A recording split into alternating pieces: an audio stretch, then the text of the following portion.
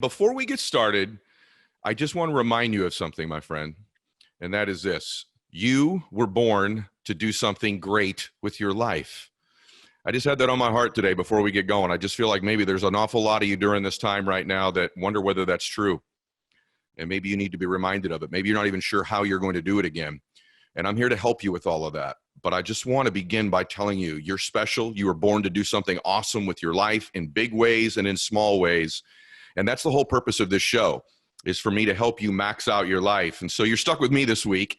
If you listen to the show or watch the show for a long time, you know, kind of if you're old school, it used to be that every other week I would do a lesson, teach on something like spirituality, fitness, life strategy, influence, relationships, whatever it might be. Then the next week I have a guest on that's an expert that's maxed out a particular area of their life. Well, recently, the last 8 months to a year, I've mainly done interviews with experts in different fields. But I had an experience myself yesterday that I've just felt compelled to share with all my brothers and sisters out there that I think might make a difference in your life, might change your life like it changed mine. And so I'm so glad you decided to join me again this week. But I didn't want to start without telling you from my heart, I love you, I believe in you, and greatness is coming your way. I know that. And I do this show not just to inspire you and to motivate you, but as many of you know, to give you the tactics and the strategies and the tools to make that a reality in your life. And so today I'm going to give you another one. And I want you to write this down if you can, if you're YouTube or you're not driving your car right now. And that is this. Today's theme is very simple. Diversity is the pathway to richness.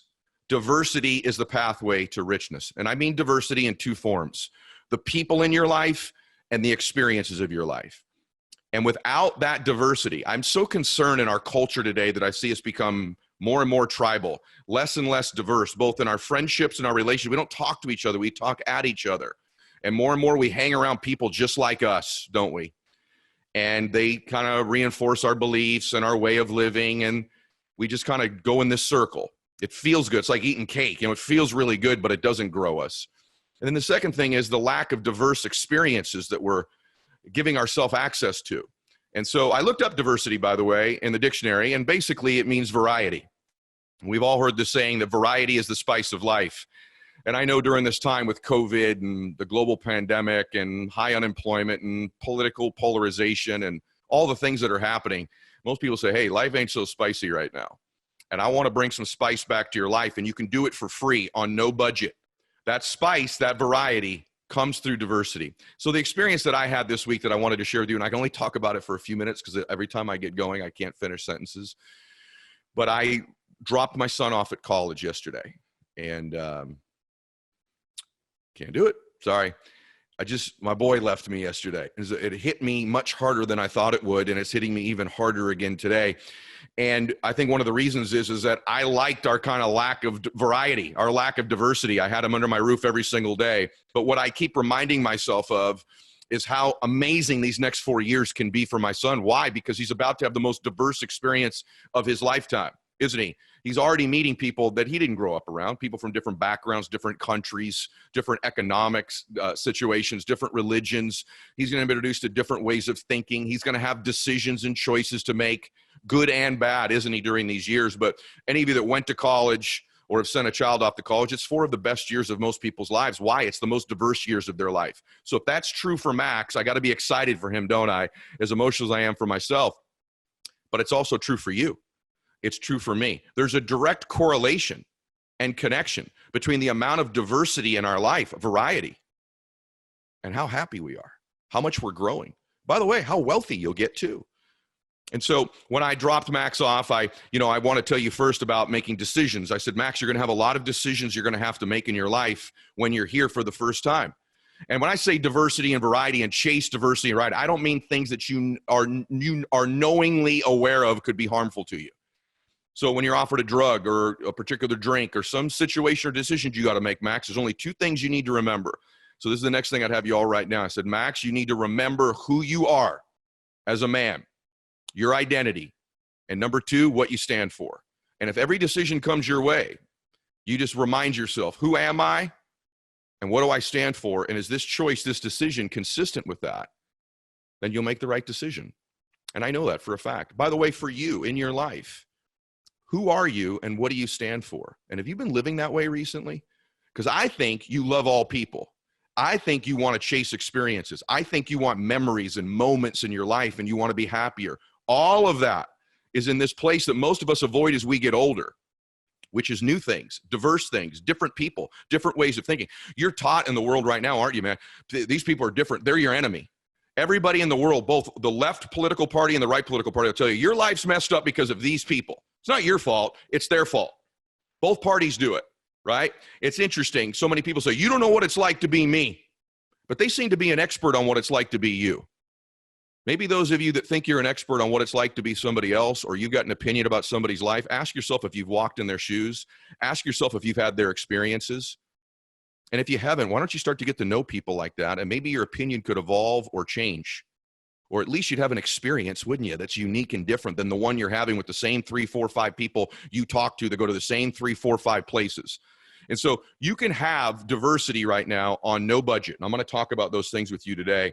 And I'm excited for my son that he's going to have this diverse and amazing variety in his life going forward, different golf courses, different places he'll go, different things he's going to have to learn, tools and skills that he didn't have to learn when his mom was caring for him. By the way, a lot of you say to me, you know, you talk about your family, but not all the time, not as often as some people might. That's because, just to be candid with you, they deserve their privacy. They want their privacy.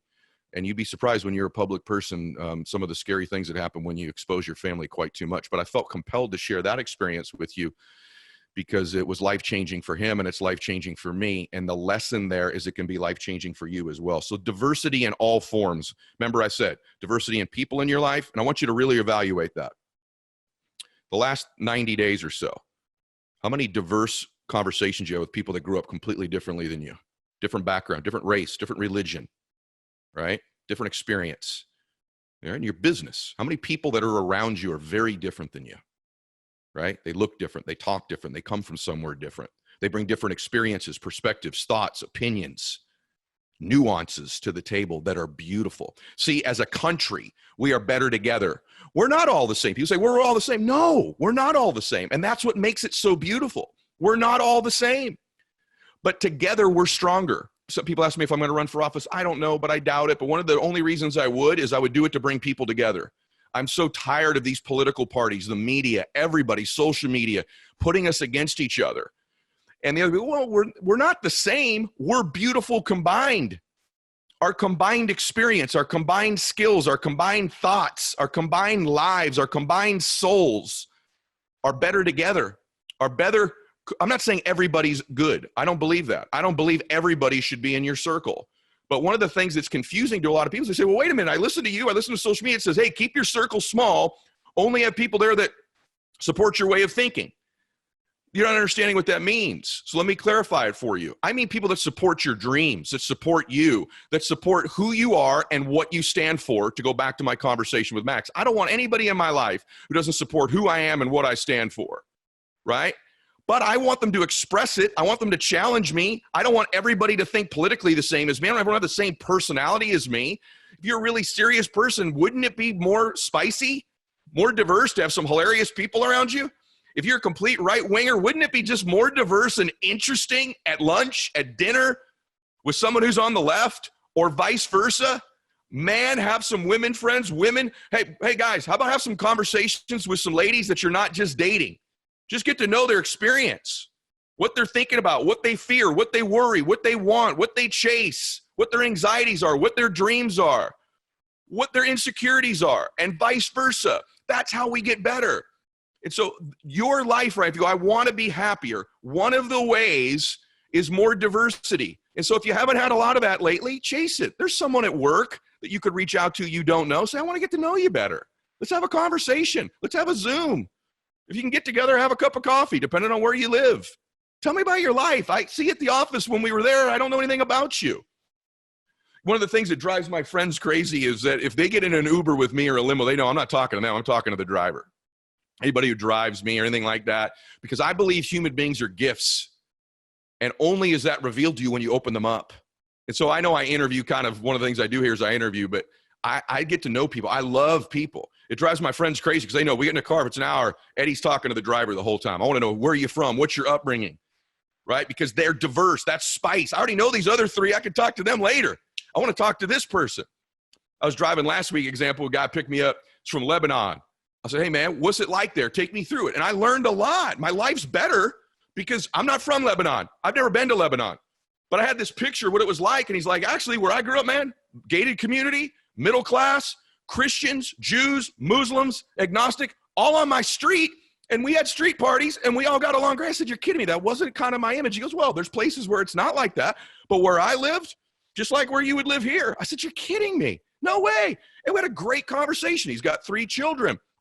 This guy's from Lebanon. One of his kids that immigrated here, one of his kids is at Harvard. He's kicking butt, man. He's driving Uber to help support tuition. My life was richer because of that experience. Didn't cost me any money. My life got better. So were yours if you chase diversity. By the way, so will your business. So I want to talk to you entrepreneurs for a minute. Diversity is the key. I don't believe, by the way, hiring on skin color, one way or the other. I don't go, well, your skin's darker, I'm hiring you, or your skin's lighter, I'm hiring you. I don't hire on genitalia or gender either. I hire the person that's the best for the job. Like for the presidential race right now, I'm not going to tell you who I'm voting for, but I can tell you this. Their gender has nothing to do with who I'm voting for, pro or con. Who's the best person for the job? Having said that, one of the mistakes entrepreneurs make, and we make in our lives that I made when I was young is, I started to look at my business when I was younger. Everyone around me, my clients, the people that work with me, were all just like me. You looked around my business when I was 25, 26 years old. They're all guys, all former athletes or military or police, all kind of the testosterone masculine crowd. And they loved my messages. They loved how I talked, the veins sticking out, getting all fired up, yelling and screaming. And I'd get this reinforcement, so I thought I was doing it right. One of the mistakes you entrepreneurs make is you keep getting reinforced your way of thinking. You do it in politics too, don't you? You watch on TV exactly what you already believe, right? Your phone's programmed now that what you've clicked on, they're going to feed you more of what you like. And in work, we do it too. Why? Why is it that those guys all were like me? You know why? Because we like people that are like us. We just do. It's an unconscious bias. Everybody has it. Black people have it. White people have it. Old people have it. Young people have it. It's an unconscious bias. We like people like us. It's not horrible to have. It's horrible not to be aware of. And so you have unconscious bias in your friendships, in your politics, and in your hiring and training and work. And so I had all these guys. They loved what I talked about. It was great. You're great, Ed. Thank you. And we were all fired up all the time about how supposedly great our company was. But guess what? That's a limited segment of the world. So is people just like you. You have a limited slice of life if everyone around you looks like you.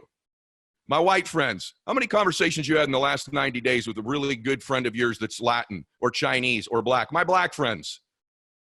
Last 10 phone calls you've had, last conversations. How many of them were with a white guy or a white girl? And I hate skin color. I hate judging that. I'm talking about diversity of experience. Unfortunately, we live in a world where this has become, you better pick a tribe. It's terrible. The truth is most of us are mixed with something. Drives me nuts that we even have to have this conversation. But the truth is we have become tribal. And the truth is you got to get to know people that are different than you. And so I started to evaluate that. So stay with me on this. And I started to realize I needed to bring more people to the table that could express who I was and what I stood for in their unique way. I can express it my way. I need people's experiences, backgrounds, memories, nuances, personalities, ways of thinking that I don't have. And so let me give you a couple examples of what my business life looks like. I've been named one of the 50th wealthiest men in the world under 50 years old. That's pretty cool. My podcast and my show that you're watching, if it's on YouTube, fastest growing show in the world. A couple different magazines picked me the fastest growing businessman in the history of social media. That's pretty cool. In just 3 years, millions of people around the world listen to my content, and my audience is unbelievably what? Diverse. 52% women, 48% men. 48% of my audience is under 35 years old. 52% of my audience is over. Global and in the United States. I have entrepreneurs and non-entrepreneurs. I have Christians, Muslims, Jews, agnostics. I have people that are, trying to win financially in life and people that want to win spiritually in life. It's diverse. Why is that? Because obviously I'm that same guy that when I was 25. It's who I've surrounded myself with. So many of you may not know this, but I want you to think about something. I'd love to tell you that all that stuff's grown because I'm so incredible and so wonderful, but that's just not the case. The reason it's grown like it has is because of the diversity and the variety and the spice around me. Not only do I enjoy it, but it's tremendously changed my financial situation. By the way, I do all the social media stuff for free, as you know, but it's grown my brand. So let me give you an example. This social media, YouTube, iTunes, Spotify, wherever you're listening to me, Instagram, Twitter, Facebook, all of that enterprise of mine, my public reputation and brand, the CEO and president of that company, the leader of that company is a woman, a young woman, a young Black woman, and one of my dearest friends whom I love named Trevi. So yeah, this entire thing you're consuming from me, turns out it's driven by someone different than me, someone better than me, someone who brings experiences and thoughts. So it's my message, it's my brand, it's what I stand for. I hire for people who understand who I am and what I stand for, but can help me express it differently. Maybe in your case, get to markets differently. And so everything I do, I've trusted my entire public reputation and content with Trevi. And I wouldn't have anybody else do it. I hope she stays forever. I love her. So that's who leads that part of my organization. The person who creates the content that you see on social media, also a woman, Athena. The person who handles all my personal finances, my bookkeeping, my accounting, my taxes, everything, a woman, Sue. The person who runs my new financial venture that I have, a woman. She's Greek and Latin. Her name's Nicole. She's awesome. The person who runs my entire enterprise for the last 2 decades, all of my companies, handles all my financial, my money, 25 something different corporations, runs my world, is a woman. She's also my sister for 2 decades. She's been my sister all her life, but she's been my CEO for 2 decades, Erica. Turns out I have a really diverse team. Mike, my videographer, he's been with me forever. He looks like me, but I'm also loyal. So I've got a very diverse team. These women, these people bring to bear all kinds, and that's just one example. My financial company has people from many different religions, East Indian, Muslim, Christian, Mormon. We have Chinese folks, Indian folks, Black folks, white folks, Latino folks, old people, young people, all winning. Variety is the spice of life. I'm a better businessman. I'm richer financially and richer emotionally and spiritually because of the diversity in my life.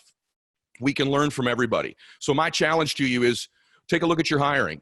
If you're running a company, maybe you need to get people together that are very different. Why don't you encourage people that don't know each other to get on a Zoom or to have lunch this week and just get to know one another, collaborate, connect, get to understand each other's backgrounds and nuances. I would challenge you to do that. I hope that's a breakthrough for you, by the way, on how to lead your company and in your life. Maybe reach out to somebody that's different than you this week politically. Maybe for 20 minutes, listen to something that's not exactly what you already believe. By the way, well, hey, no, I am all Trump, 100%. I don't want to hear anything from these liberal wackos. Or you know what? Trump is a racist, crazy person. I'm not interested in talking to anybody who supports anything that guy stands for. Cool. So that's how you're going to live your life. You're not going to learn anything from their perspective. They're just evil if they disagree with you. Is that what you're saying?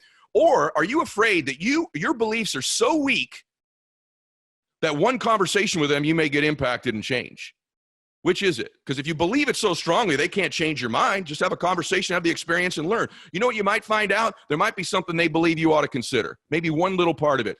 And you know what the worst thing that would happen is? You go, you know what? I listened to them. I totally disagree with them. I feel stronger about how I feel. Great. That's an experience.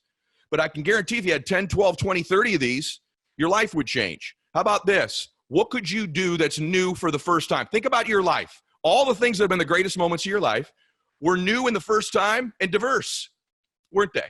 But maybe the last 90 days, because we've been locked in our houses or there's no financial means. So what could you do? Could there be a new hobby you could pick up? New music you listen to? Maybe you're a country music fan. Listen to something else for a while. I'm listening to Sinatra right now. There's no new music out. So I'm going back all the way to Sinatra just to get some variety, just to get some spice in my life. I'm tired of listening to the same songs over and over again. Same conversations, right? The second thing we teach in personal development is, man, you better have habits, rituals, and routines. I teach this. People take that to an extreme. That's a foundational thing you should have that gives you the anchor so you can go have variety and diversity and keep your life under control. If everything in your life is routine, if you and your spouse watch the same shows together, go to the same restaurants, order the same food, have the same conversations every single day, that's a relationship that's dying, not growing. Why don't you do something new and innovative? Walk somewhere different, work out together, try a different restaurant, have a different conversation, watch a different movie. Heck, Do something that's just diverse. Don't sleep in your bed tonight. Grab a couple sleeping bags and have a camp out in the living room and a picnic and do something romantic, something diverse. Get creative. It's the spice of life. Your ability to create diverse and variety-based experiences will be the juice of your life, your relationships, and your business. But you can't go through the motions. You've got to force diversity, force yourself into variety, new conversations, new experiences, a new place you hike. I don't know, something new that's diverse and variety. We avoid it as adults, and it kills me. You know, you can learn from everybody. Let me share this with you.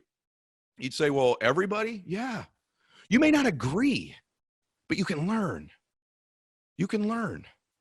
That grows you. You know, many of you know that my first job out of college, I worked at McKinley Home for Boys, which basically is an orphanage. My boys were all 8 to 10 years old. My boys grew up in some ways like me, in some ways different. And so it changed my life because I got so much diversity in my life. My boys were wards of the court. So my boys, most of them were either molested by their family, their parents were incarcerated or dead. And so, by the way, most of my boys were inner city boys and most of my boys were a minority of some type. Okay? They changed my life. You say, well, they must have learned a great deal from you, Ed. I mean, your mentoring and your way of living. They did. And I learned a ton from them.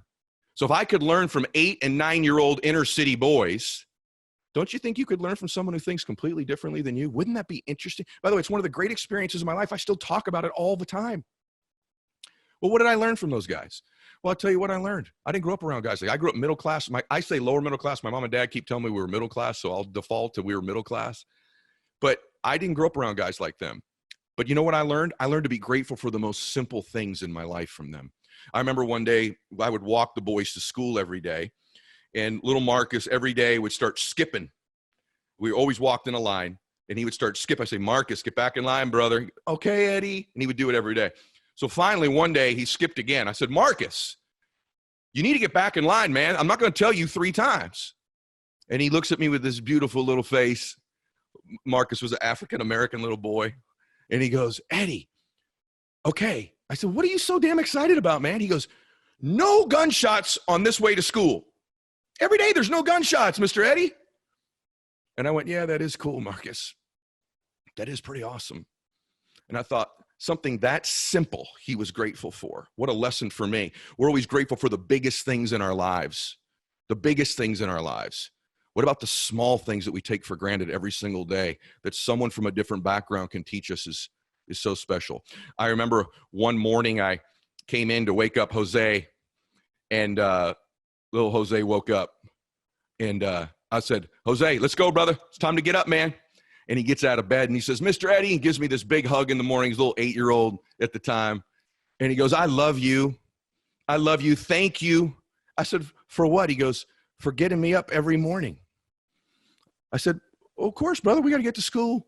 And I later found out that his parents never woke him up for school. He'd miss school all the time. He'd sleep in till 10 or 11. No one would get him up. No one would make him breakfast. No one would talk to him about school. No one asked him about his report card. No one asked him about his grades. He just wanted somebody to care. And I thought these things that I took for granted with my mom growing up were so simple. See, when you begin to get diverse experiences, you begin to get insights into life-changing variety in your life. It's also the key to making a comeback. If you're going to change things right now, make a comeback, you need to start to think different and act different and feel different about yourself. And that comes from all of these experiences. You know, I told Max, I said, Max, listen, there's going to be choices for you at college, man, that are going to be very difficult. This is not going to be all sunsets and rainbows, right? I said, my freshman year of college, man, I had some decisions to make. I said, let me tell you about my freshman year. I went away to college, which is already scary. So I know you're a little bit scared. I said, I went away, I get there, and my girlfriend breaks up with me back home. That one hurt. Then my teammates didn't like me. I'm super introverted and shy. I was from California. Most of those guys weren't. They thought I was arrogant and cocky because I was quiet. But it wasn't. I was just super introverted. They actually nicknamed me Eddie Myself instead of Eddie Mylett because I was alone so often. And so my girlfriend breaks up with me. My teammates don't like me. 2 months after I got there, the coach who recruited me quit and took a scouting job. So now the reason I went there is gone. And I said, Max, then the game started, and I was overmatched. I wasn't good enough. I hit 220 my freshman year. I sucked. I played every game because the guy behind me was even worse than me. And I said, we went 15-45 that year. 15 wins, 45 losses. And a bunch of other crap happened that wasn't good that year as well. I said, when it was over, I wanted to quit. And I called my dad, which is his grandfather. We call him Gump. I said, Gump came up and I said, Dad, this didn't work out. Look, the guy who recruited me quit. The teammates don't like me. I'm not good enough to play here. You know, we're terrible. I just want to come home and I'll go to another school back home. And my dad said, well, you could do that. You got a decision to make. And guess what my dad said to me? He probably doesn't even remember this. He goes, is that consistent with who you are as a man? Is that what you stand for? Same two questions I asked you earlier. I said, what do you mean? He said, is that who you are? Are you a quitter? When it gets really difficult, you run? I said, Dad, that's not what happened. The coach quit. He goes, oh, so what you stand for, as long as people around you quit and give up, make mistakes, that gives you permission to do it. That's what you're saying. And when it gets really difficult, you just run. And you really believe you're not any good. That's why you hit 220. And you can't help the team get any better. It's fine. You can leave. I just want to make sure that that's who you are and what you stand for. You got me. And I thought about it really hard, Max. I thought, that's not who I am. I don't run when it gets tough. And you know what? Maybe I could outwork these guys this summer and get a little bit better. And maybe I won't hit 220 next year. Maybe we could win a few more games. And the fact that the coach quit, that doesn't give me permission to get weak and quit either. My dad was a diverse thinker. And I stayed. And you know what? Worked out pretty well. Next year I hit like 360. Was defensive player of the year. We won some more games. My coach is a friend of mine to this day. So is my pitching coach. Both Quincy and Stan are both friends of mine. And I'm really glad that I made that decision, Max. You're going to be faced with those decisions as well. My thinking is maybe some of you listening to this day are being faced with those decisions, aren't you? And just remember, is it who you are? Is it consistent with who you are and what you stand for? And do you have enough diversity in your life? This is how we're going to make a comeback. The last thing I want to talk about on this too is, by the way, it's good for your brain. Turns out diversity and new experiences are great for your brain. So let me prove it to you, okay? I want to prove it to you scientifically. You know, I had Dr. Andrew Huberman on last week. He told us that it turns out that you get more of a dopamine hit. You're happier when you're under stress and pursuing a dream and a goal than when you actually achieve it. Is that not crazy that that's how the brain works? So I'm like, I want to check into this brain on this diversity thing because I got a feeling that this society, this culture could come together in a way it's never come together before. We'd have a richer experience as a world, as a country, in our companies, and in our lives if we would seek diversity. Learning a new skill at any age has a specific and definite impact on your brain that scientists now know a lot about. After you learn something new, your brain is never the same again. Here are some of the ways it can change, which, by the way, is new neurons and connections. So it turns out this diversity variety thing is the only way you change your brain for the better. So it's not just better for you in the ways I've described. It's better for your brain, your mental health, your smarts. Your ability to function and process information grows when you have these diverse experiences. Each and every time we learn something, our brain forms new connections and neurons, making existing neural pathways either stronger or weaker. Some experts call this plasticity, which we've talked a lot about on the show. Myelin makes the signals in our neurons move faster, and when you learn new things, especially at older ages, it helps more myelin get out into our nerve axons, so that our brain is more connected and feels like it works faster and better. Myelin works especially well when a new experience is repeated multiple times. Like when we practice something repeated every day or for a few days. So a British study recently showed that being bored, which occurs when you don't learn new things, can be dangerous to your health. So the lack of diversity and variety is dangerous to your health. Listen to this. People in the study who reported being bored over a long period of time had heart disease rates more than twice as high as those who did not report boredom. Not having new experiences and learning new things will slow your brain down and make it less responsive. Adult learning is good for your health and has been shown to slow the onset and progression of Alzheimer's and dementia, as well as preventing general slowing of your mental faculties. So we now know that if we're bored, which so many people are messaging me, I'm bored, I'm in the house, then you've got to force these new diverse experiences, new hobby, new thought, new book, new music, new way of relationship. You know, you can be dating the same person and be in a new relationship. You can be married to the same person and have a new relationship with new experiences, with new breakthroughs, new conversations. Babies and children undergo massive brain structuring when they're maturing. Why? Because they're experiencing new things all the time. So our growth is only limited by our lack of experience and our lack of diversity. So why do I cover all these things with you? Because I want to remind you of something I keep telling you, which is that you were born to do something great with your life. And that's not going to happen if you keep doing the same things. Even those of you that say, hey, I'm achieving at a pretty high level right now, your limitations will be the amount of diversity you can take on at any given time. Said another way, the quality of our life is actually the amount of uncertainty that we can deal with at any given time. Uncertainty is correlated to diversity and variety, doing something new. The caliber of our lives is actually, as it turns out, comprised of how much diversity we can take at any given time. And I'm not suggesting that you go to change your mind. I say you go to expand your mind, to grow your mind. Changing it is something altogether different. I don't agree with everybody on my team. Here's what I know. If you know who you are and you know what you stand for, you go into those experiences strong, ready, equipped. Here's the truth. You know why I struggled my freshman year? You know why I worry about college for all of you youngsters going out there? You know why I worry about all of you listening to this? I didn't believe in myself. That's at the root of it. I didn't believe I deserved to win. I didn't believe I was good enough. You know what those parents of my boys at McKinley had in common with me? They didn't believe they deserved to be happy. They didn't believe they deserved to win. There's a disease going around the world right now, which is that people don't believe they deserve to win. Hopefully when you were a little boy or a little girl, somebody made you feel special. Somebody, a grandpa, a grandmother, an aunt, an uncle, your mom, dad, a teacher, a coach that just, you can't even explain it, but they just made you feel a certain way, like, I'm going to be somebody, right? I'm here to tell you they were right. And if you've never had that person in your life, I'll be it. You were born to do something awesome and great with your life, and not all of them are going to be in big ways. Not all of you, it's not a big jet or a house or millions of dollars. It might be that you just have an amazing conversation with someone and you change their life because they're like, I don't know anybody like you. What a great experience this was. Or maybe you reach out in a time of need for someone. Maybe you believe in them, encourage them, love on them.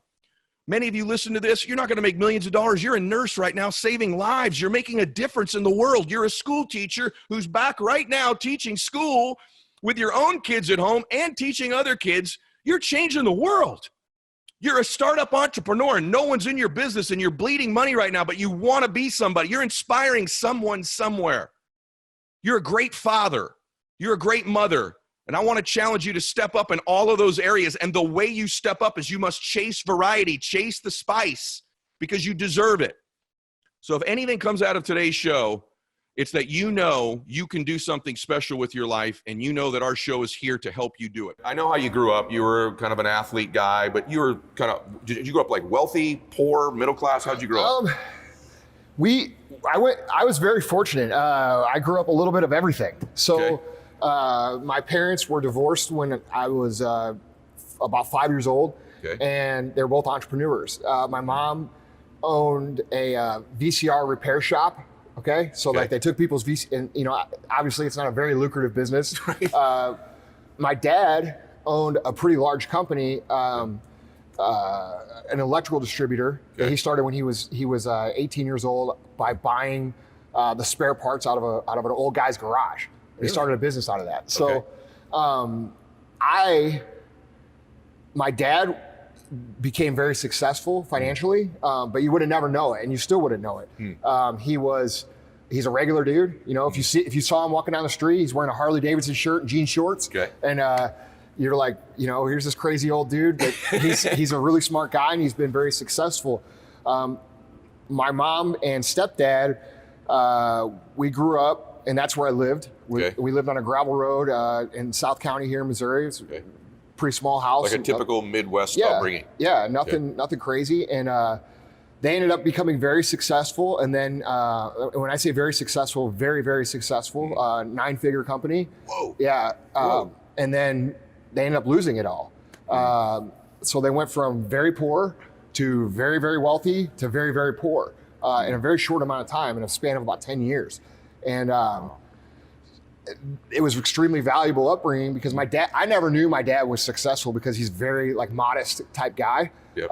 He lives in a regular house still to this day. He never drove like crazy cars or had all the what you see on Instagram or any of this stuff, you know. Maybe I'm overcompensating. I don't know. But, you know, dude, you were compensating because this is unbelievable. Just so you know. But you know, we grew up in a situation where I was able to experience a lot of things. I was able to see what it was like to be very poor. I was able to observe what it took to become wealthy, and I was able to observe what happens when you don't keep your eye on the ball. And I saw a lot. I saw a 9-figure company go to a 0-figure company within a matter of 18 months. But you were always around entrepreneurs though, right? So you knew that. That's all I ever knew. Yeah, you and I were talking earlier, we both had baseball card businesses, and we were both started really young. Probably a lot of you have had that bug too, or should have that bug, but so it just blows my mind, especially what's happened to you the last 5 or 7 years. But I think people see the Ford GTs, they see the Lambos, they see this First Form brand you guys have built, which is just unbelievable. Thank you. I mean, it really is, man. And I'm proud of you. I love seeing young stud entrepreneurs. But that means a lot, man. Especially from you. Thank you, brother. And but you start out, so let's go right to the business part, because this is the part that I think people like. They've heard some of this, but not all of it. And I hope today we're gonna get to some stuff they haven't heard too. But so it's your brother, right? You guys start your first. You do Chris, who you met, my business partner. That's not my brother. Okay. He's my brother. Yeah, but from another mother. Another mother. Okay. And then my actual brother works with us too. Your actual brother works too. Yes. Okay. So how old are you when you opened your first store? You opened a supplement superstore. 19. Right? Yeah. 19 supplement years superstore. Old. Yeah. Okay. And how'd that go in the very beginning? I know a little bit of this. Well, you know, like most of you guys, I wanted to be rich. And I said, I was looking for all these things of how to, you know, become wealthy. And so me and Chris were like, hey, let's start selling vitamins. We both like to work out. It seemed like it made sense, you know? So we decided we were going to start a business. How'd you get the money to open the first store? We both painted parking lot stripes at night. And it paid like $20 an hour. And back then, like in 1999, $20 an hour for painting those, dude, that was like $100 an hour. You know what I mean? So you did that on purpose to accumulate the deposit or whatever to start your first biz, or? Basically, yeah. Wow. And then, so we had 12 grand. Nobody would rent to us because we were just kids. We had no credit. So we had to pay our year's rent up front, which was $1,000 a month. So that took up all our capital. So to finance the build out and then to finance the inventory, we ran it up on credit cards. Wow, because you couldn't get a loan. Right. Crap. So so you open the store, you've paid the rent. By the way, I did that too, which is a blessing because it didn't let me back out. Exactly. Yeah. Well, and that was the thing. We had nowhere to live. We didn't have anything. We had to live in the store. You lived in the store? Yeah. So we had a couch that we got from my dad, which was a love seat. And then we had a mattress that we got from a Salvation Army that was in the same center, a Salvation Army retail store. And we slept at the back of the store and we thought it was cool. You know, we thought it was fun. Like we were 19, we had a business, you know. Freaking awesome. Yeah, we thought it was cool. Like everybody's like, oh man, that must have sucked. No, honestly, like it was some of the best times. You know what's funny? Because you and I were walking around here, I was looking at your cars and we were talking about our lives now and stuff. And like, honestly, I mean, it sounds like I'm going back, like, you know, I'm an old man talking about the old days, but I loved those times. I did too. I loved those hard times. I loved the obsession. I loved the struggle with it. So you're living in the store. So that tells me probably you didn't have like a monster first year. Oh, like, no. How was our first day year? we had, our first day we sold $7. Yeah, $7. Our second day we sold $0. Our third day we sold $22. And it went like that for literally years, where we would have days of no sales. We didn't have money to advertise. So the only way we could get people in was literally one at a time and then help create the word of mouth off of those one-off transactions. Like, did you make any money the first year? Oh, no. I didn't make any money. It took me, the first 3 years, I got zero pay. Zero pay. Wait, 3 years? 3 years. So I know you're living there, but how do you eat? Well, we worked other jobs. So we both bartended at night and worked security at bars at night. Whoa. And then worked at gyms. So we worked other jobs. So one of us would work at the store and the other one would go work at the other job and this and that. And then we kind of just pulled the money. And Chris and I are partners on every business that we own still because of this. He's a good dude. I met him. Yeah, he's awesome. You know what? That's a lesson though. Like so many young people out there that are entrepreneurs, is like what sacrifices are you willing to make? It's almost like the first thing you sacrifice is your dream. So when it's not working, you're broke, you sacrifice your dream. And I worked extra jobs too. It's like, it didn't even occur to you that was a big of a deal. Like, I'm going to make this thing work. Yeah, I call it zero option mentality. You know, you should always try to cultivate, like, in that time, I literally had zero options. I didn't have a degree, which, you know, I feel is less important now for people. Me too. Yeah, it's less important now. But 15, 20 years ago, it was still a big deal. So I didn't have a degree. I didn't have any place to go work. You know, my dad didn't have his company anymore. I didn't have a backup plan. I had to make it work, or otherwise I was going to be digging ditches. And I didn't want to dig ditches. You know, and if you're out there digging ditches, I feel your pain because I've done that before. You know, and if I had to do it, I would do it again. But I don't want to go back. And that's, you went 3 years no money though. Yeah. So were you the next 7 years, the most I made in a month was $695. So for 10 years, I never made more than $695 in a month. What? Yeah. 10 years of doing the business, you're making $700 a month. Is that what you just said? Yeah. Oh my God. The 11th year I made 45 grand. The 12th year I made 180, and then it went up. Then it went up. Yeah. It's interesting. Most people, their businesses, they make all these deposits, you know, they start, and then they withdraw all of it too soon. They never get to collect. Well, and that's the thing, you know, Chris and I kind of got in that routine of living below our means. Me too. So we were able to continually put money in and put money in and put money in and put money in. There was a number of years where we had employees that made much more money than us. You know, we were paying other people in our company way more than we were paying ourselves. And that's what you have to do. It's what do you want to invest and what are you willing to give? And I agree with you. People want to get paid too soon. They want to live the life too soon. Way too soon. You know, and like this is why I stopped posting a lot of my personal, like I used to post all my cars on Instagram. I stopped posting it. And I still post them sometimes. Me too. But the reason I stopped was because I started realizing that I'm hurting younger entrepreneurs in a way where they think they need to be living that now. Man. When in reality, they should be pulling in the expenses. Yeah. You know, battening the hatches, so to speak. Well, here's how true that is. So both of us. So the first thing I asked him, because here's how much I believe that too. It's like all I did when I was young, I sacrificed. By the way, 10 years is awesome because most people don't have that in them. They don't have that sacrifice, work the extra job, sleeping there. Right. Yeah. You know what? I didn't either, now that I think about it. Right. But the first thing I asked him as I walked in here and I was looking through all these cars, what's the first thing I asked you? I said, do you own these? Yeah. And he said, yeah, I do. I got title to all of them, right? And that's a big deal to me because we both, same model, right? Same struggle, same young, same extra jobs. But what we were both doing, we weren't interested when we were young at looking like we were rich when we weren't. We just stacked it away, stacked it away, stacked it away. You see my houses, my cars, all of them are paid for. My jet paid for. All of them paid for. Same I'm trying to get on that level, that jet level. You're on that level. Right? You know you're on that level. So you got the business, it finally turns around, but during that time, I just want people to hear the backstory too. So during that time, you and I were just talking too, he has a real life, like we both have real lives. Stuff happened, right? And you struggle with different things too, but tell him a little bit about, so you're a young dude, you got this business, you're working multiple jobs, you're living at your place of business, right? And probably everyone in your family thinks you're out of your mind. Oh, dude, yeah. Trust me. My dad was the only person in my life that has never told me, not the only person that believed in me. He's the only person that never told me I was wrong, like for doing it. That's crazy.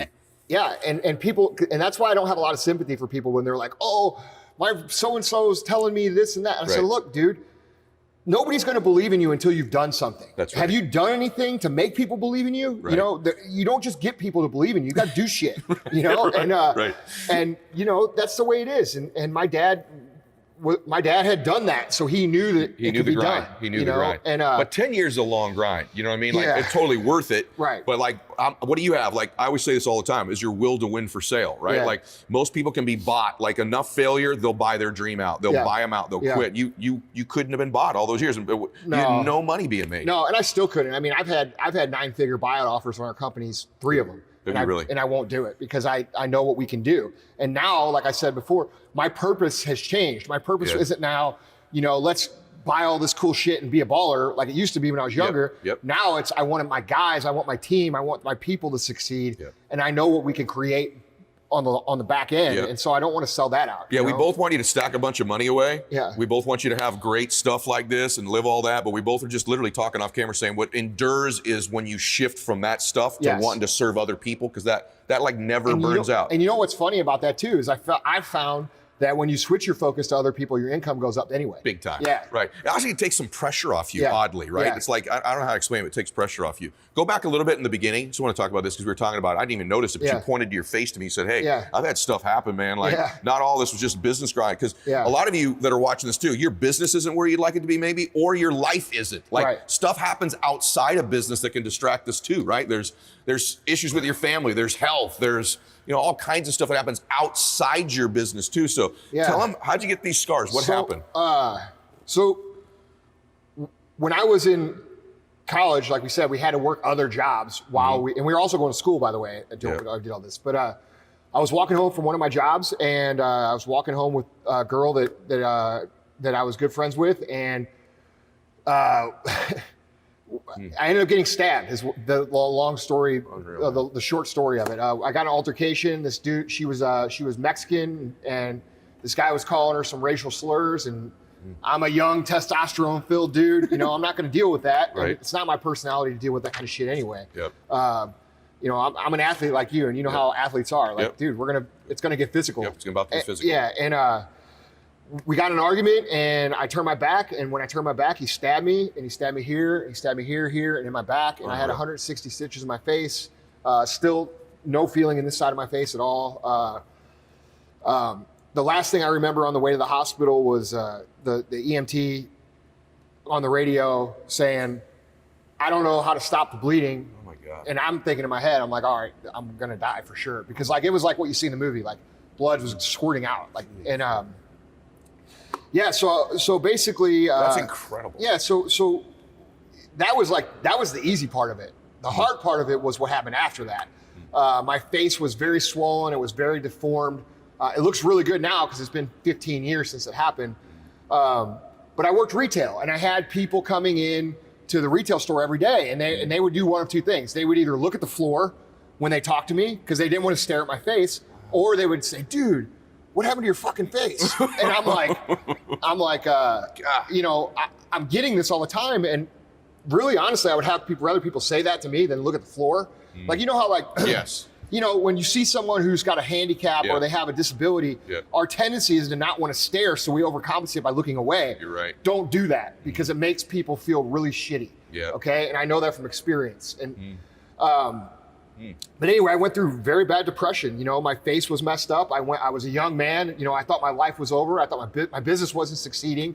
I started thinking about like, no woman's gonna ever want to date me. My life is over type of stuff. And I built it into this big deal. I became very depressed and to a level of suicidal on a regular basis. And I actually was able to come out of that in about 10 minutes time. I was walking through a grocery store, and I was pushing my cart down the aisle, and I came to the end of the aisle and I hit another cart.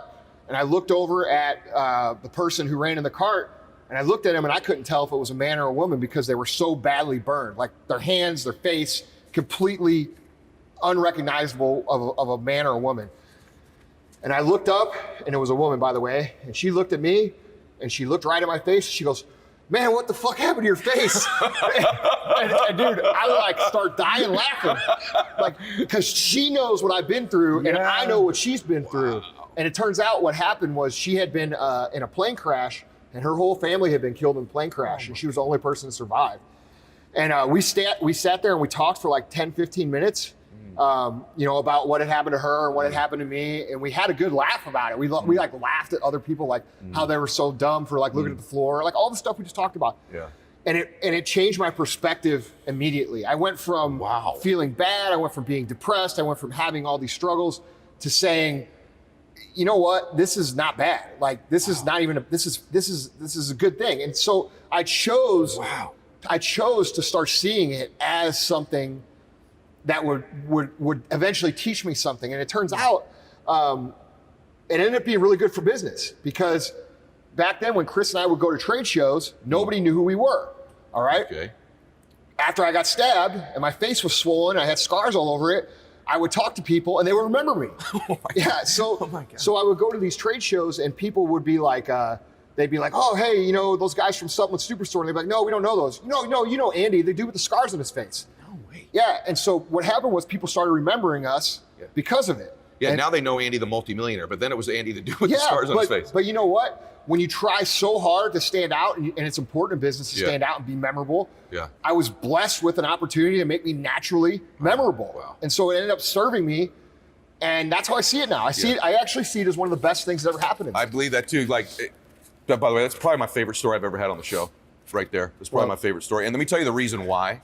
First off, it's not the events that happen to us, it's the meaning we attach to the events, right? Because events happen to everybody. And so eventually what you did, is you attached a new meaning to the event. It served you. It happened for you, not to you. Yes, and it took that interaction, and I believe God put that interaction in place. I mean, that was not a coincidence. No way. Dude. Of all the people walking in the world, your cart bumps into someone that saved me, man. That's crazy. And dude, we have literally millions of conversations, right? Over the course of your career. You've had a million conversations with a million different people. I can definitively say that conversation was the most impactful conversation. Crazy. And it was a random, chance encounter. And it was the most powerful conversation that I've ever had in my life, just because it made me understand that A, things could be way worse. Right. Okay. And B, no matter how bad things are, there's always good that can come of them. And amen. I believe that totally. Totally, dude. And like people will, like when I say that, I always get a lot of pushback. They'll be like, well, what about these kids that die from cancer? Well, yeah, that's terrible. And I agree. There's not much good that comes from that. Right. But the one thing that is good that comes from those kind of situations is that we can choose to appreciate our own mortality and learn how to appreciate the people in our lives while we have them. Because I feel like so many people, they live for this thing that doesn't exist because we're ambitious, right? We always want more. We always want to do more. We always want to accomplish more. And so for that reason, and I know you've probably had this situation before, you start neglecting the now for this, the later, right? All the time. I struggle with that now. Yeah, I still do it. It's one of the things. I'm so ambitious. I'm so driven. Right. It's like, hey, be present right now. But I promise, and I think you'll agree with me, that being able to be ambitious and also be present is extremely important, because if you're always ambitious and you're not like you guys who are like young right now and you're not where you want to be, and you think, oh, I want to be a millionaire and whenever I make this much money, I'll be this. You won't. That's not what's going to define you. What's going to define you is the relationships that you're having now and appreciating those, and those will help build you into that. But you know how people you used to think before you had any money or you had any success, you probably thought, man, once I get here, it'll be different. Once I get here, it'll be this. That was my constant conversation. Once I get there, then I'll relax and enjoy. Once I get there, then I'll have fun. Once I get there, and then I'm like, there was never this place. Right. There was never. And that's the difference. You and I were talking earlier. I'm really enjoying this, by the way. It's the difference for me of being successful and being fulfilled, right? You can have all the success and not be fulfilled, but if you can be present now, you can be fulfilled. And here's the one thing. I'll tell you, if you can be happy where you are now, you're really going to be happy once these other things come. But if you're not happy now, it's going to accelerate the problems. It does. Yeah, and amplify. We have friends that we see that. It's like they're more unhappy, they're more stressed, they're more depressed. It's funny that we're talking about this because people that knew you and I were meeting, right? They're like, oh, it's the clash of the alpha males, and then you and I meet each other, and it's interesting because I think when you see someone who's built a great life, or like in your case, like they built a big dude, strong dude, lots of confidence. We're giving people advice. I think they go, these are super confident people, right? And the truth is, I think when you see someone like us that way, I think when you look at us now, these are people that had to come from a further place. Like we're both introverted. We're both shy. We both probably have, I bet you that both of us have a more natural dose of insecurity than a normal person. There's no question. Like that's why we're so driven. That's why we're driven. I had to figure out, and I want those of you that hear this, I had to figure out young. I was like, okay, I know how insecure I am. Thing. Not at all. So people hear insecure and they automatically attach, like they take it as a dig because they've heard it like in dating. Oh, you're jealous because you're insecure. Right. Well, yeah, maybe, but I'm also driven, and I'm also wanting to win, and I also have something to prove. And that's a great thing. That's another example of taking something that would normally be a negative and turning it's alchemy, right? It's taking something and turning it into something that is valuable. I agree. And being insecure, and I say this a lot on my podcast because people don't like to talk about it, because like a lot of people in our position who are out there making content for people, their egos are too big to admit it. Right. I'm not, dude. I'll tell you right now. Me too. I got a ton of shit to prove. Me too. And I'm going to fucking prove it. Me too. You know, and if that's how you feel, you've got all your family, you've got all your friends, and they're telling you can't do it, you can't do this, and you want to prove them wrong. Good. That's right. That is good. Yeah, that's a good that's thing. good. That's good. Don't you think my insecurities, because I'm so wanting to be this other version of me, the best version of me, and I compare it to who I am now, that makes me insecure. Like, I don't want to be comfortable with me. I don't want to think I've got it all figured out. Of course. What's good about comfort? We were just talking about this over here. You know, you accomplish this. You get the houses, you get the jet, you get the cars, you get the life, you get the company. And then what? And then what? And so, and what have you and I both determined the then what is? To serve other people. You got it. Right. And that's, people are always like, well, and I'm sure they're asking you, they're like, Ed, why are you doing all this? Why are you making this content? You're a multimillionaire. You've got all these things. You don't have to do that because it's a call. It's a calling. Like people say it in faith. Right, Vaughn? In faith. All right. It's a calling. Like I feel an obligation so I grew up with an extremely intelligent, driven, amazing father. And like, dude, me too. And if people would have seen how he raised me, they would have said that he was probably abusive because, dude, he was hard, man. But here's the deal. I want people to, my dad prepared me for the reality. And I want people to be prepared too, because I feel like the younger generation, a lot of the people watching right now are not taught the truth. They're taught that everybody wins, everybody's special, everybody, you know, is probably going to end up being a multimillionaire. Everybody loves you. And that's not the truth. It's the furthest thing from the truth. Yeah, so they get taught this thing. I mean, they don't even keep score now in kids' games. They get taught this thing up until they're 20 years old, and then they're kicked out in the real world. And then what happens? The real world stomps them. More and more, I think that's why this generation's having a harder time. There's more and more people out there that want to be entrepreneurs, that want to be successful, that see it more than ever. Yeah. But their wiring needs to change. Yes. You need to be a little harder, a little tougher, a little more in love with the grind, a little bit harder working on yourself. And also, you got to work like it's going to happen now, but you got to be patient as hell. Like it took you 10 years, right? I didn't really make any real money, save any real money for over a decade either, right? Like, by the way, on that, so it just reminded me of something. You see this big old buff stud dude here, but you've written a couple, I just want to throw this out there. You've written a couple children's books. And what we were just talking about, I was reading, it's Otis and Charlie Play to Win, right? Part of that book is that it's about competing, and it's teaching kids that not everybody gets a trophy, right? Isn't that part of that book? So those of you that have young kids, you should get them involved with some of the books this kid's written, this dude's written. Tell them about that. That's why we wrote the books. I wrote them with Vaughn, who's my co-host on the podcast. And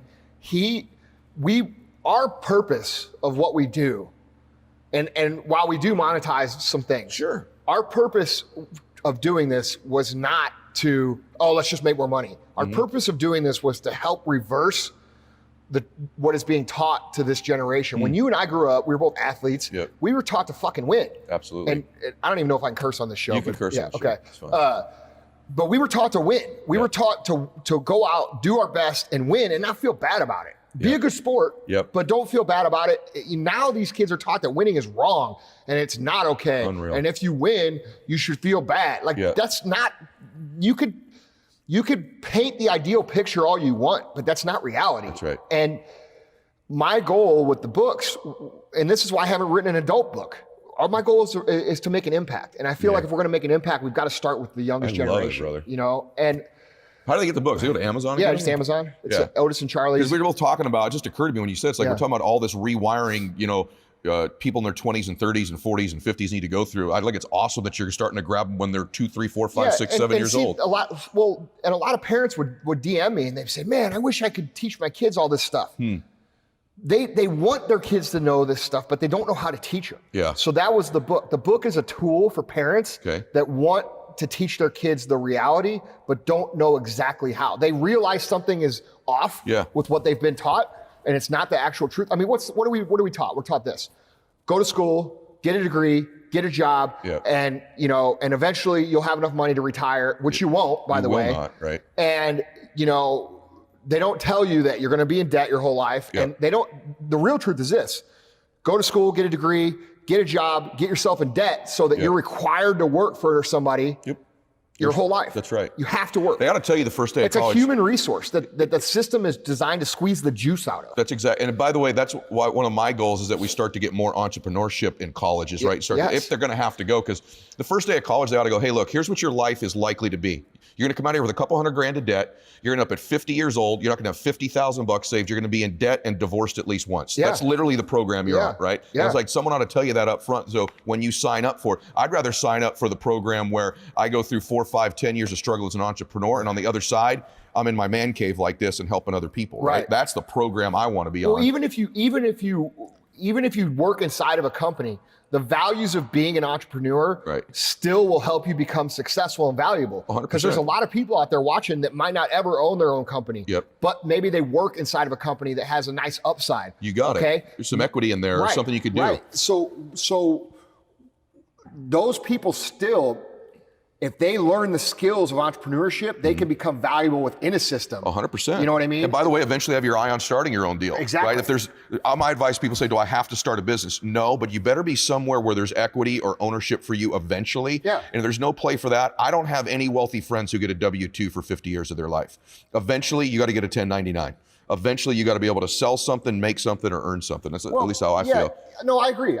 I think that,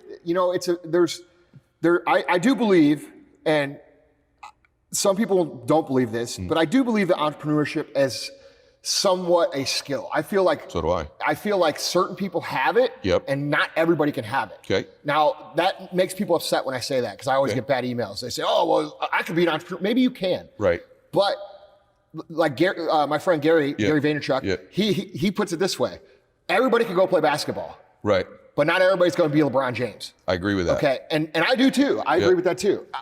I think it's I don't think it's in my mind. So what do you say to people who may not be entrepreneurs, but they work within a company that has opportunity? I think that's what I'm saying. I think as long as you work within a company where there's a chance for you to have some equity, some ownership, something that's your own space, that doesn't require that, right? Another part of it is like, you have to be honest with yourself. I don't think it's a capacity issue.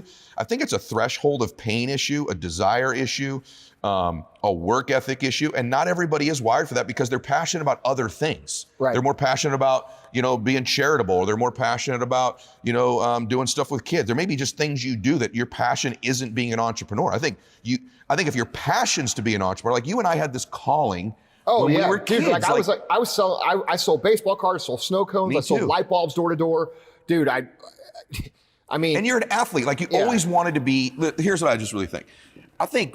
I just always wanted to be free. Yeah. I always wanted to, you and I were just talking, we literally cut each other off. We're like, it's not about the money, it's about this. I want it. And we said at the same time, win. Yeah. We literally said the same thing. There's this edge, this compete, this desire level, right? And like, if you feel that, I think you can be an entrepreneur. If you want to go through heat, time, pain, stress, everything. I think you have to, I don't think you even have to endure it. I think you have to fucking want it. I think you have to want it. Yeah, like I want. This is good. Look, people think this is wrong, but it's not wrong. It's right. I want to wipe the fucking earth of my competition. Yep. I want their houses to burn down. I want them to do zero sales. I want to win. Yep. And not just win, but dominate. And when I say that, do I literally want their houses to burn down? Of course not. Right. But that's a metaphor for how bad I want to win. You want to dominate. Yes. You don't want to just win. You want to dominate. And if you don't have that killer instinct in you, to where like when somebody competes with you, it makes you angry and you're like I get offended. Like, how dare you think you're going to compete with me? Yeah, I can feel it. You know what I'm saying? Yes. Like, you just switched again. Yeah. You're scaring me. Yeah, no, just kidding. I think I'm one of the I think you feel that, and I think other people feel that, but I don't think they say it. And so like for that reason, when I say it, it sounds crazy. It doesn't sound crazy. It doesn't sound crazy to someone like me. But I want to say one thing about it. I think you have this capacity, and I'm not just bragging on you here. I think you have this capacity, which is, I don't know anybody else in this space that does this. You have this way of saying, because I have also one, right? Like one rare thing about both of us is that are in this space, like we both have real businesses, are really wealthy, and have really done the stuff we're telling you. We're not just, and we're still doing it. And we're still doing it, right? Like we're not making this up as we go along. This isn't a make money quick scheme for us. No. This is our lifestyle. It's not theory. Today, we're going to talk about money. So many have been emailing and DMing the show saying, would you please, Ed, discuss budgeting and finances a little bit more, saving, retirement, and debt. So that's what we're going to cover today. We're going to talk about savings, retirement, and debt. And it's something I'm very concerned about. It's very much on my heart. Before I get into some of the things I'm going to cover, let me just say, I'm not coming to you on some soapbox, some guru or expert on a high horse, thinking I have everything figured out or that I'm perfect. I'm actually today coming to you. You're listening to somebody who understands. I've had cars repossessed, unfortunately. I know what it's like to be behind on your credit cards and have them taken from you. I know what it's like to have a house foreclosed on. I know what it's like to really consider bankruptcy. I've had my power turned off. I've had my mobile phone turned off before. This is not stuff I'm proud of. I've had the water turned off. Man, you don't want that to happen. And most of that stuff was self-inflicted for mistakes that I made. And so I don't want you to make those mistakes. And I see so much terrible advice on podcasts from these gurus, social media, the different examples that are held out there about what wealth looks like and what being rich looks like and what the right things are to do financially. And so we're going to talk about some of those mistakes I've made and that I see being made in the world today. And it pains me. Let me give you some statistics first. If you make $80,000 a year, do you know about how much money you have to have saved in order to retire just at the same standard of living? And when I say same standard of living, I'm not talking about now you're retired, you get to take extravagant vacations or anything like that. I mean, just to live the same as you live right now with your job. If you make $80,000 a year, how much money do you think you have to have saved? Well, the data tells us you need about $2 million saved after taxes. So what that means is a lot of you say, well, I've got money in my 401k. You do understand you haven't paid your taxes yet when that money comes out of that 401k or that IRA. So after taxes, you need about $2 million saved if you make $80,000 a year to provide the same standard of living. How do we know that? Well, at a $2 million amount of money, 4% interest on that would spit off about $80,000 a year. You could live at about the same standard of living that you currently live at now. Are you on pace to do that? Because let me tell you what the average American, the median American, has saved in the median. $5,000.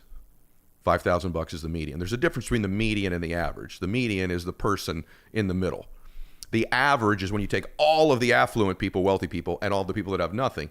The average savings is about $100,000 currently. The median's $5,000. That's a problem because when you look at debt, the average American has $114,000 of consumer debt. $114,000. That doesn't count their home loan. That's college loans, car loans, credit card debt. Average person carries about $10,000 on a credit card. Average interest rate about 15%. Can you see there's a problem? We're in a consumer culture. We're in a culture that tells us to spend to keep up with people. We've also got a lot of influencers out there telling you to get rid of all of your money, that you should just, every dollar you get, you should get rid of it, spend it somehow, or invest it, and stay broke so you stay hungry. Let me say something to you about that first of all. That's terrible advice. This idea that the only way you can stay driven and hungry is to remain broke or to get rid of all of your money is insane. If your motivation level is so low that you need to deplete all of your cash in order to stay hungry and motivated, you don't need to check your bank account. You need to check your actual inspiration level. That's insane. And so the other thing that's in our culture today, and I'm going to give you some of the keys, is that we're trying to keep up with the Joneses. We're trying to impress people by buying really expensive things. Let me say something to you. I've been very fortunate. I've had, like I said, you're listening to somebody today who's had their car repossessed, home foreclosed on, power turned off, water turned off. None of those are things that I'm very proud of, okay? But I've also been blessed to become very wealthy. I've been blessed to, I've driven every car you could possibly ever have. I've owned them all, basically most all of them. I've had 6 different jets, including a Global Express that I bought from Oracle. I own my own island, right? I've owned multiple oceanfront homes. My studio right now is in one of them. I've owned some of the homes in the nicest neighborhoods in the world. I've had, all the material things you could possibly want.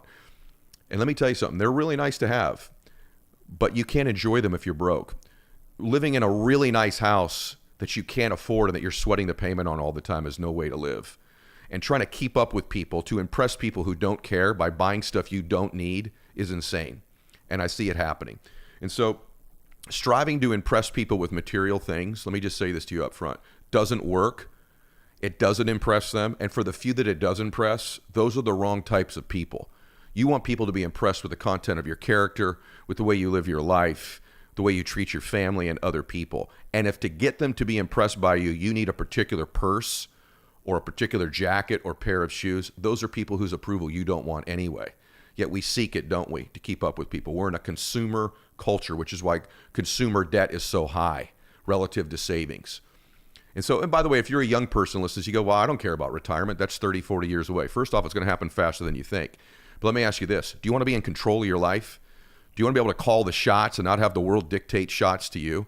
Do you want to be able to help your parents or your siblings or your friends at any time you want to? Do you want to be able to take advantage of opportunities when they come along and be able to write a check at any time you want to buy something on discount that's an asset as opposed to a liability? So at any age, you should be saving money. I figured this out. By the time I was about 23, I had made some money. And like I said, I had a house foreclosed, a car repoed, and I started to change the way I viewed things. I found out most of these people I was impressing with these cars that I had, they weren't around once I didn't have them. They weren't impressed with me. They were impressed with the car. And you know the other thing about nice stuff? It's out of style in like 2 or 3 years anyway. Right? Like the truth is, even a nice house you have, stylistically in 10 or 12 years, it's dated. It just is. What I started to get addicted to was watching my savings account grow, watching my investments grow, watching my assets grow. I got more fired up every month saving money, stacking paper, than I did with what I was buying to impress people. And then I'm going to give you the keys in a minute. I'm 52 years old. I'm worth hundreds of millions of dollars. I've made hundreds of millions of dollars. And I've only bought 2 new cars in my entire life. Because buying a new car is one of the dumbest things you could do. You should be either leasing your cars or buying them used. Let someone else pay all that depreciation. You let that thing drive off the car lot. Let them drive it for a year or 2, and then you buy that thing at a discount. It's still going to drop after you buy it, but not at the same rate as the dummy who buys the new car. So let's go through a few things here that can help you. Number one, by the way, that stat I gave you earlier, if you make $80,000 a year, you need $2 million. That's if you're retiring today. If you make $80,000 a year and you're retiring 30 years from now, if you factor in inflation, you'll need $5 million. So you have to start to ask yourself, are you on pace? Are you doing the things that will get you wealthy? And that's where I want to begin. The first thing you have to do when it comes to money is get some goals and some outcomes. And this is for everybody who makes minimum wage, all the way up to those of you that are making 6 or 7 and even 8 figures. You need to have financial outcomes, a financial focus. If you don't invest or save money when you're making very little, you will not invest or save money when you're making a lot. That's one of the great fallacies and lies about money, is that people think, well, I'm on this limited amount of income, so once I make more, I'll save more. That's not what I see happen. I see someone making $40,000 a year, living paycheck to paycheck, and then when they're making $70,000, now instead of driving a Honda, maybe they got a Lexus. Instead of having a so-so apartment, they got a nice apartment. And then when they go from $70,000 to $100,000, then they upgrade from the Lexus to the Mercedes, and they buy a house, and they deplete their savings buying a house. And then when they go from 100, if they do, to 150,000, they get rid of that house, they get a more expensive house, and then they got a second car and a second house. And they never get around to really accumulating any savings. In other words, they upgrade their lifestyle as they make more money. Smart people don't change their lifestyle for a long, long time when they begin to make more money. And they begin to build the habits and disciplines of a wealthy person when they're a broke person. I was saving money. See, here's how old I am. I was making minimum wage working McKinley Home for Boys, working at an orphanage that I worked at. And I was making minimum wage, which back then was $8 an hour. And I was still finding a way to save $50 a month in a savings, in a forced savings, because I wasn't going to Starbucks. I didn't have cable TV. I eliminated basic things because I wanted to build it. And I started to get excited. Wow, I've got $300 saved. I've got $1,500 saved. I've got $6,000 saved. As my friends were buying expensive cars. In fact, there's a great story I tell often that even when I started to make money, I wanted to buy a Mercedes. I bought a fake one. I bought a kit car. I bought a Chrysler LeBaron with a Mercedes body on it because I wanted to look like I was driving a Mercedes, but I didn't want to spend the money. That's a true story, by the way. I had a kit car. It was a LeBaron with a Mercedes body on it because I was so addicted to saving and accumulating money. So first things first, let me give you some keys. Number one is you need to decide what your outcomes are and what your goals are financially. Do you want to have financial freedom and independence? Right? That's one level of wealth. Or do you want to be like stone-ass wealthy? Those are two totally different things. And for a lot of people, the answer is, I just like some financial peace and independence. I don't have to have Lamborghinis and jets and islands and all these other things, but I sure would like to live financially peacefully. I'd like to someday not have to work. I'd like to pay off my house. I'd like to have a bunch of money saved. Whatever that is for you. I want some element. I don't want debt. The scriptures tell us, owe no man nothing. I'd like some financial peace in my life. And the truth is, I think most people see the wealthy thing on Instagram all the time and think that's what they want. But maybe it's not what you want.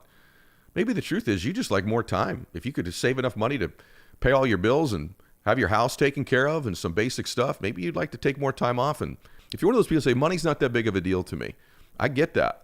And the truth of the matter is that's how I started out. It was not that big of a deal to me. But I knew the lack of money. Man, I knew that was a real big deal. I didn't want to be broke. I didn't want to be stressed. I did not want to be in a position in my life where I couldn't help my family if I needed to. And so my first goals were not to be super wealthy. They were to get financially independent. And the first step in doing that is you need to know your financial independence number, your FIN number. Your FIN number is the amount of money you need saved so that living off the interest on that money, you no longer need to work anymore. The next thing is this. You got to stop going into debt. You got to stop spending money to impress people. You got to stop it. You got to stop buying meals on credit. Stay out of malls, frankly. I've been to a mall maybe 5 times in 15 years. You know what?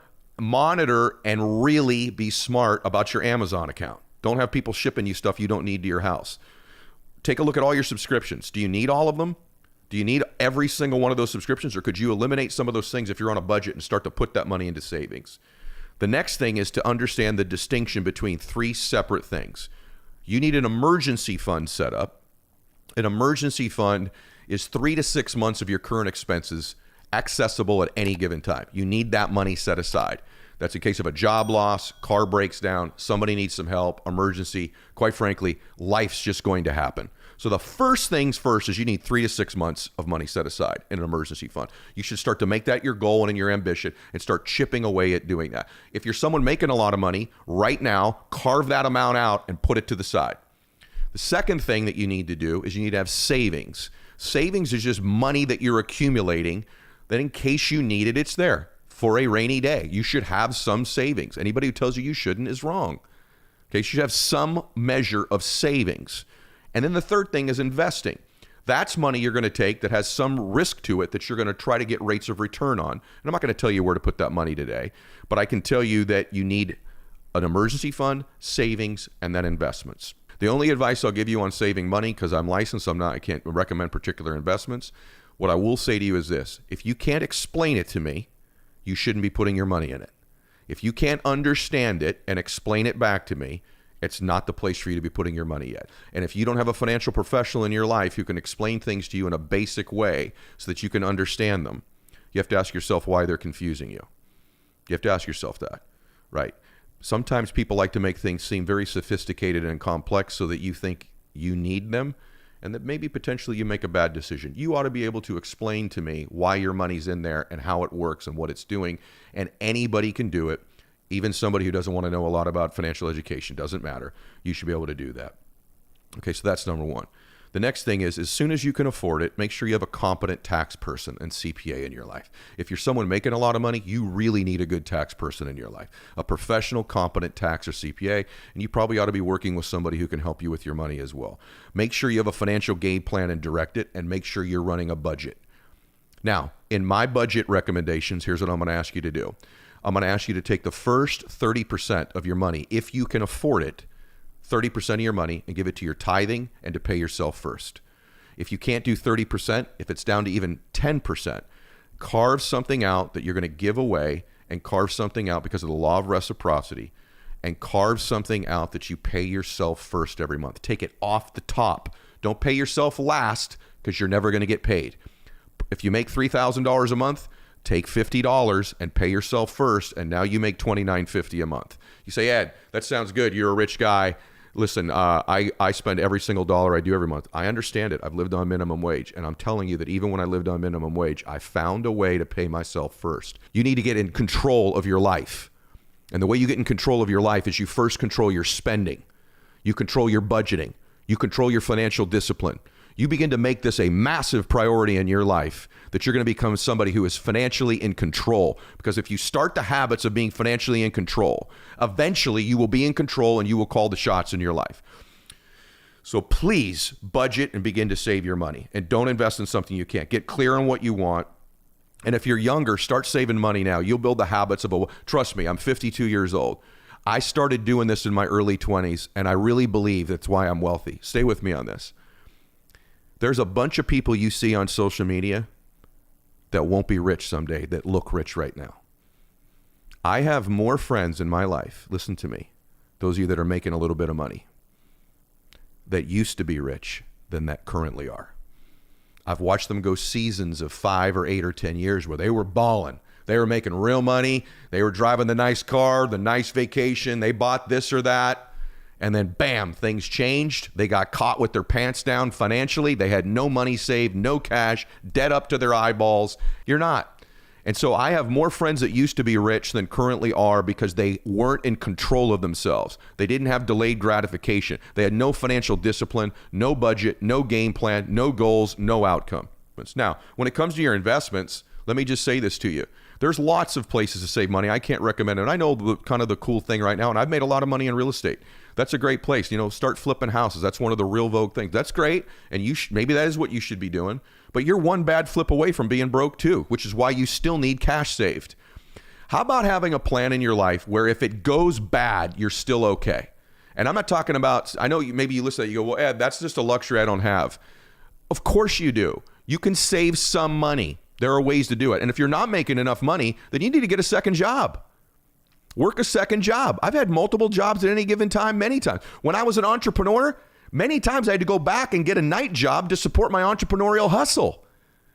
But being an entrepreneur is not easy. Being an entrepreneur is difficult. You entrepreneurs listen to this, and maybe you're going behind. Maybe you need to get a job 2 days a week or stocking shelves at night. I stocked shelves at a grocery store for 2 years while I was building my business because my business wasn't keeping my family afloat, and I still had to save money. So some of you that are entrepreneurs, maybe it's maybe it's a second job. Some of you that have a full-time job, maybe it's starting a second business. Maybe you need a second income stream. The truth is that in this day and age, with how crazy things cost and how out of control taxes are, you may need secondary income. So if you have a job, maybe it's starting a side hustle on the side or a second job. If you're an entrepreneur, maybe it's having a second job on the side that's part-time to support your business. It's okay to work a lot. It's okay to have financial discipline. It's okay to go through a season of your life where you sacrifice lots of things, including time, in order to get wealthy. But the hardest thing that I see, the most heartbreaking thing, are those people doing the grind, making the sacrifice, doing all the things to make money, and then they have no game plan, no financial discipline, and they watch all these idiots on Instagram or social media go, man, I got to have the car, I got to have the house, I got to have the nightclub, I got to have the steak. Man, sometimes even me, when I show the things I have, I've got, I'm lucky now. In this video, I got a stupid expensive watch on, right? I didn't start buying expensive watches or cars until I could write checks for them, and not just write checks for them, not sweat the check, where it didn't make a dent in my savings. Can you imagine saving up $200,000 and dropping $130,000 on a stupid watch? Now you got 70 grand. I didn't start writing checks for watches like that till I had millions of dollars saved. And sometimes I think that's a bad example, because the truth of the matter is, this watch is great. And you know what? I barely ever look at it. And I got a couple other ones. They're stupid. I've had a lot of nice cars. And you know what? The minute you drive by somebody, they're not impressed anymore. And if I am impressing them, it's probably the wrong person. That's not to say part of getting wealthy isn't to have nice stuff. I get that. I like nice stuff. I've become accustomed to it. But I didn't start partaking in it until I had earned it. And I had earned it with the work I did and all of the savings and investing I had done. And then if it's 1% of my money, okay, who cares? That's play money. But if it's 20, 30, 40% of your cash and you're spending it on stupid stuff like cars and clothes and steaks and wine, that's dumb, right? And trust me, I've had every car you could possibly almost think of. Lambos, Ferraris, Mercedes, Rolls-Royce, whatever. I've had 6 jets. Like I said, the last jet I bought from Oracle, a Global Express jet. I've had all those things. They're amazing. They're not amazing if you have debt on them. They're not. They're not amazing if you have to worry about paying for them. They're not amazing if they're a major chunk of your cash. They're not. Remember that. The average American has $100,000 in consumer debt and $5,000 of savings. The average American needs $2 million to retire, and they got $5 grand. Is that sad or what? And so we need to budget. We need to save money. Why does saving money matter, Ed? It gives you control. And whether we like it or not in this lifetime, we need to be able to protect our families and protect ourselves and make decisions. As an entrepreneur, one of the reasons you need to have financial discipline is that lack of financial discipline will cause you to make bad decisions as a business person. You'll make decisions based on money or pressure because you haven't saved money. As a friend, let me say this to you. You just remember this. Your lack of financial discipline as an entrepreneur will eventually affect your business. It'll eventually affect your business. What's the number one mistake I see entrepreneurs do? They don't pay their taxes.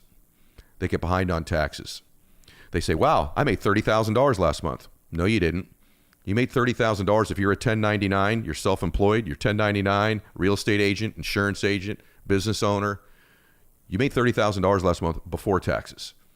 You probably made more like $18,000, but you're living like you made 30.